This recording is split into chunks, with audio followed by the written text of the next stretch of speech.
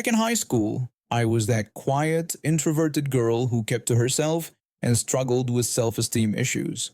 My parents' divorce during my freshman year hit me pretty hard, and I found myself seeking validation in all the wrong places.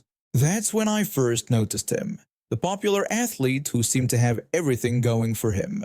He was tall, good-looking, and always surrounded by his crowd of admirers. At first, he would just make snide remarks when passing me in the hallways. He'd tell me to take a picture since it would last longer, and his friends would laugh while I ducked my head and hurried away. But somehow, in my mixed-up teenage brain, I interpreted his attention, even the negative kind, as interest. I started following his social media accounts, memorizing his schedule, and finding excuses to be wherever he was. I can admit now that my behavior wasn't healthy, but I was completely infatuated. Then one day, he started acting differently.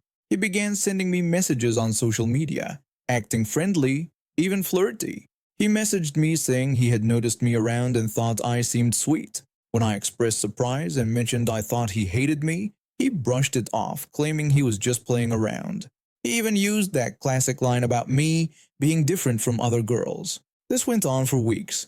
He built me up just to tear me down, but I was too caught up in the attention to see the manipulation. Then came the messages on Snapchat. He started asking for photos, inappropriate ones. I was 16 and desperate for his approval. He tried to convince me by saying I should trust him because he really liked me. When I expressed uncertainty and told him I'd never done anything like that before, he promised it would be our secret. I sent them. The shame was immediate, but he kept reassuring me that it was our special thing.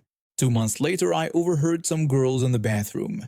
One asked if the other had heard what he did, and her friend confirmed that he had shown everyone my photos at a party, revealing it was all for a dare.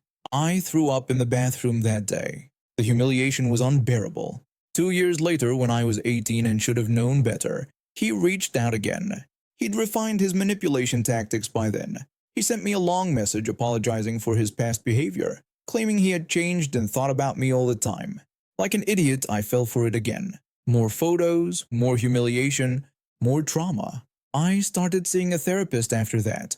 She helped me understand that none of it was my fault. I was a victim of psychological manipulation and abuse. Still, it took years to rebuild my self-worth. College became my fresh start. I found genuine friends who actually cared about me. My roommate became like a sister to me, and our friend group was fiercely protective once I told them my story. My roommate even declared that if she ever saw that creep, she would make him regret being born. But karma had other plans. Last winter, while I was waiting at the train station to head back to campus after break, my phone buzzed with a message from my friend back home. She excitedly told me that karma had finally caught up with that scumbag. She sent me a link to a news article. Turns out, I wasn't the only girl he'd targeted. He'd been caught with inappropriate materials involving minors and was now on the sex offenders registry. The military cadet program he'd been so proud of getting into, they kicked him out, along with taking away his scholarship.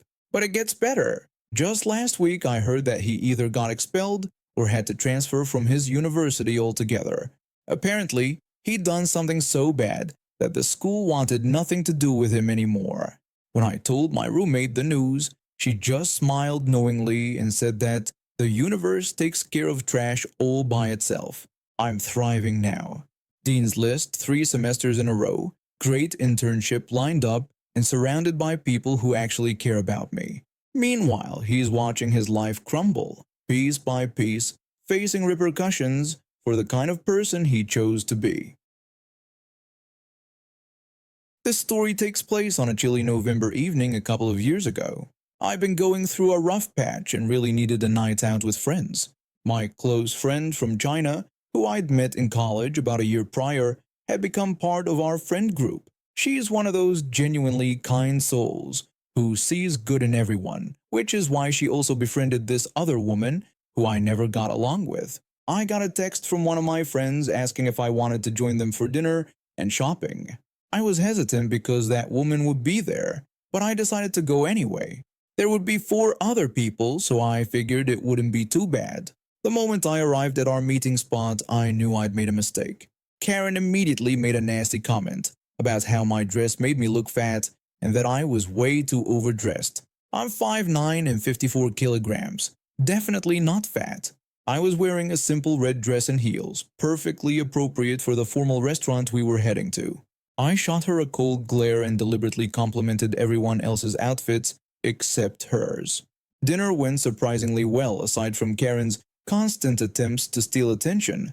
We left around 6:30 p.m. to go shopping. I needed some household items, and everyone wanted to look at clothes and accessories. We ended up at this trendy boutique. While my friend and I were at the back looking at clothes and catching up about her upcoming wedding, we heard commotion from the front of the store. Karen was loudly gushing over how cute and small a baby was, while the young mother was nervously asking her to step away from her baby. We rushed to the front to find Karen hovering over a sleeping newborn in a stroller. The mother looked uncomfortable, but Karen kept getting closer. She continued cooing over the baby, commenting on how cute he was, and then had the audacity to criticize the mother for having the baby out so late. The mother looked at us desperately. My friend from China tried to intervene, telling Karen she was too close and should leave them alone. Karen dismissively told her to get lost, insisting she wasn't hurting anyone. The baby woke up and started fussing. What happened next was absolutely shocking. Karen announced she was going to hold the baby. When the mother refused and told her to leave them alone, Karen wouldn't listen. She actually suggested that the mother could go shopping and come back for her baby later. As Karen reached for the car seat buckles, the mother's hand came down fast and hard across her face. The slap echoed through the store. Karen screamed in pain and outrage, demanding to know why she'd been hit.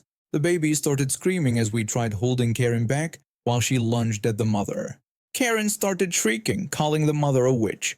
The mother yelled at Karen to stay away from her baby while we all tried to calm Karen down. She responded with expletives, completely out of control. The store employees called the police while trying to keep Karen away from the mother.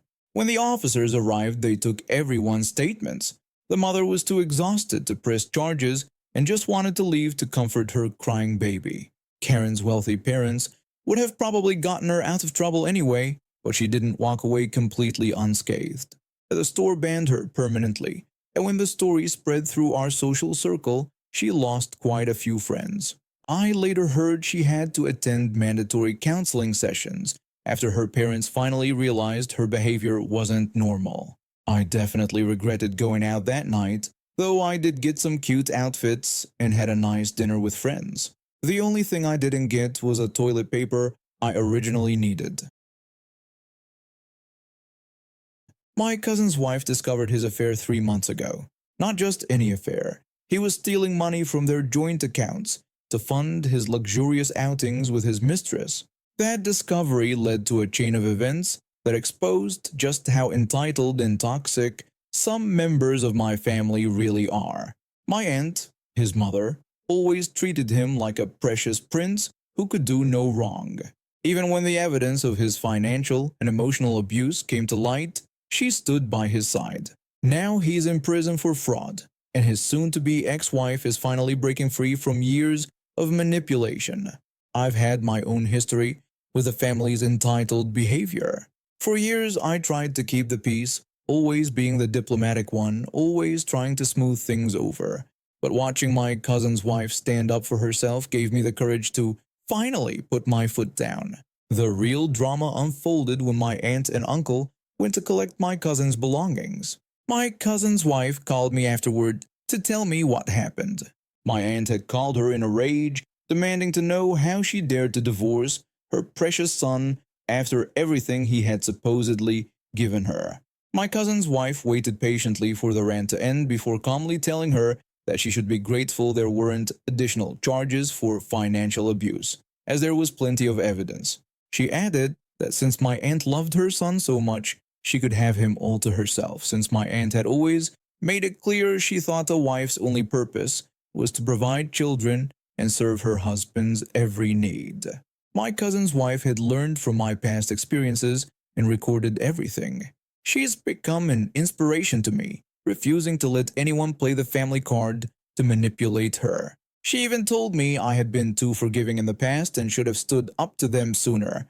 She's right. Then my aunt started targeting me.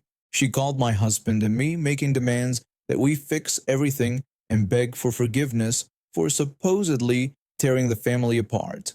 We recorded the calls, hung up, and blocked her. But she wasn't done. Somehow she found out where I lived. One day, while my husband and children were out with our new Rottweiler mix at the vet, she showed up at my door. Thanks to our security cameras, I watched the whole meltdown from my couch, still recovering from a recent medical procedure.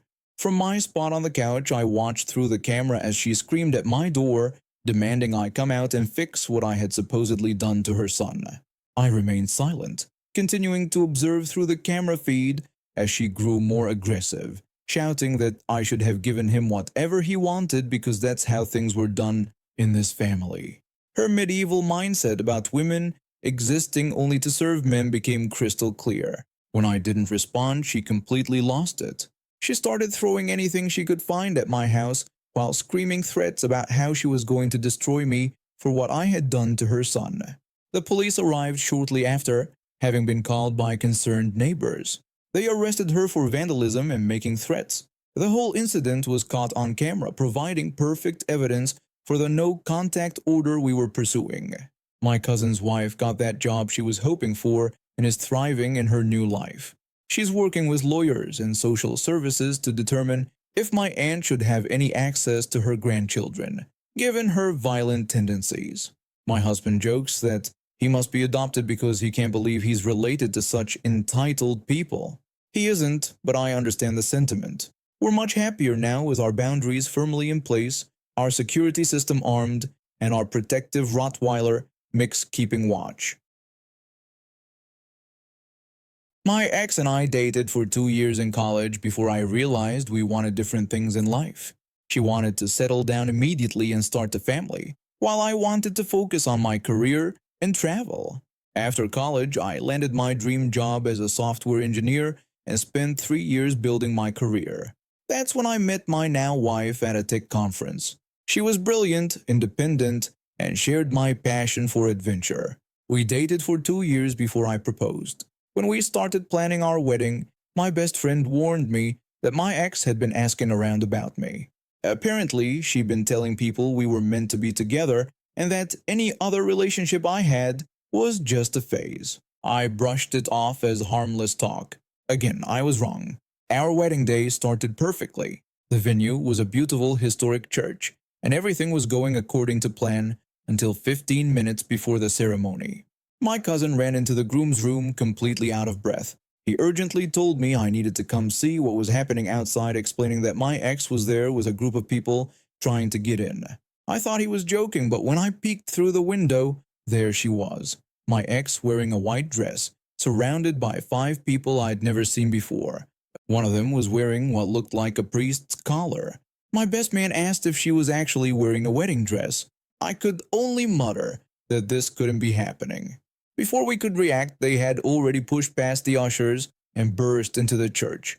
My ex walked down the aisle like she owned the place. She loudly announced that the wedding needed to stop immediately. The guests were stunned into silence. My fiancé's father stood up, but my ex just talked over him, declaring she was here to save me from making the biggest mistake of my life. She introduced the man with her as Father Michael, saying she brought him to perform our ceremony instead. The man in the collar stepped forward looking extremely uncomfortable. Later we found out he was just an actor she'd hired from Craigslist. I told her she needed to leave immediately, but she wouldn't listen. She insisted that I was just confused and that we belonged together, claiming she had proof. That's when she signaled to one of her friends, who brought forward a baby carrier. My heart nearly stopped until she lifted the blanket, revealing a disturbingly realistic-looking doll. She proudly announced that this was my son, claiming she'd gotten him to look just like me. The real priest, who had been watching this unfold with his mouth open, finally found his voice and called for security. My ex started pleading, saying we didn't understand and begging me to tell everyone about our supposed plans together. My fiancé's brother, who thankfully worked as a security consultant, had already called for backup. 2 security guards arrived, but my ex wasn't going quietly.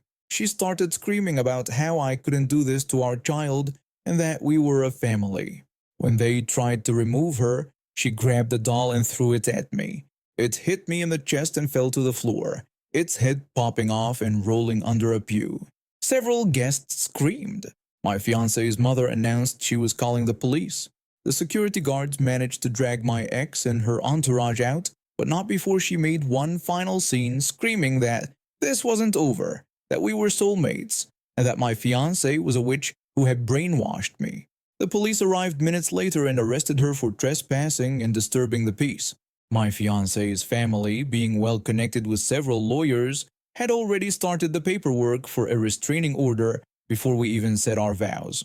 We resumed the ceremony 30 minutes later, though I'm pretty sure none of our guests were paying attention to the vows. They were all too busy watching the doors. During the reception, my new mother-in-law presented us with a gift-wrapped envelope, joking that since they weren't sure what to get us for our wedding, they figured a lifetime restraining order might come in handy. A week later, when we were on our honeymoon, my best friend sent me a link to my ex's social media. She'd posted a long rant about how the fake bride had hired actors to pretend to be security guards and had her wrongfully arrested. The post was accompanied by photos of her having a fake wedding ceremony with a reborn doll propped up in a tiny tuxedo. She has now been ordered to undergo psychiatric evaluation and counseling as part of her plea deal. The restraining order covers not just me and my wife, but our entire extended family, our workplace, and any future children we might have. My wife jokes that it's the most romantic wedding gift we received. The priest she hired later sent us a written apology, explaining that she had told him it was for a surprise vow renewal ceremony where the bride was in on the joke. He even testified against her in court, which helped make the restraining order permanent. My wife and I ended up moving to a different city for a job opportunity, but we occasionally hear updates through mutual friends. My ex had finally started taking her therapy seriously after the judge threatened to convert her suspended sentence into jail time. She sold all her reborn dolls on eBay and started volunteering at an animal shelter instead. Her therapist apparently suggested she focus on caring for real beings rather than living in fantasy. The whole experience became something of a legend at our workplaces. New employees eventually heard whispers about the wedding crasher with a broken baby, though most assumed it was an urban legend. My wife's brother, the security consultant, now uses our story in his corporate training sessions as an example of why proper event security matters, though he keeps all names anonymous, of course. Sometimes when we look at our wedding photos, we can see the exact moment in the background when the doll's head went rolling under the pew. Our photographer accidentally captured it perfectly, a blur of plastic and synthetic hair flying past horrified guests. We decided to keep that photo in our album. After all, as my wife says, it's proof that our love literally survived a crazy ex throwing a baby at it.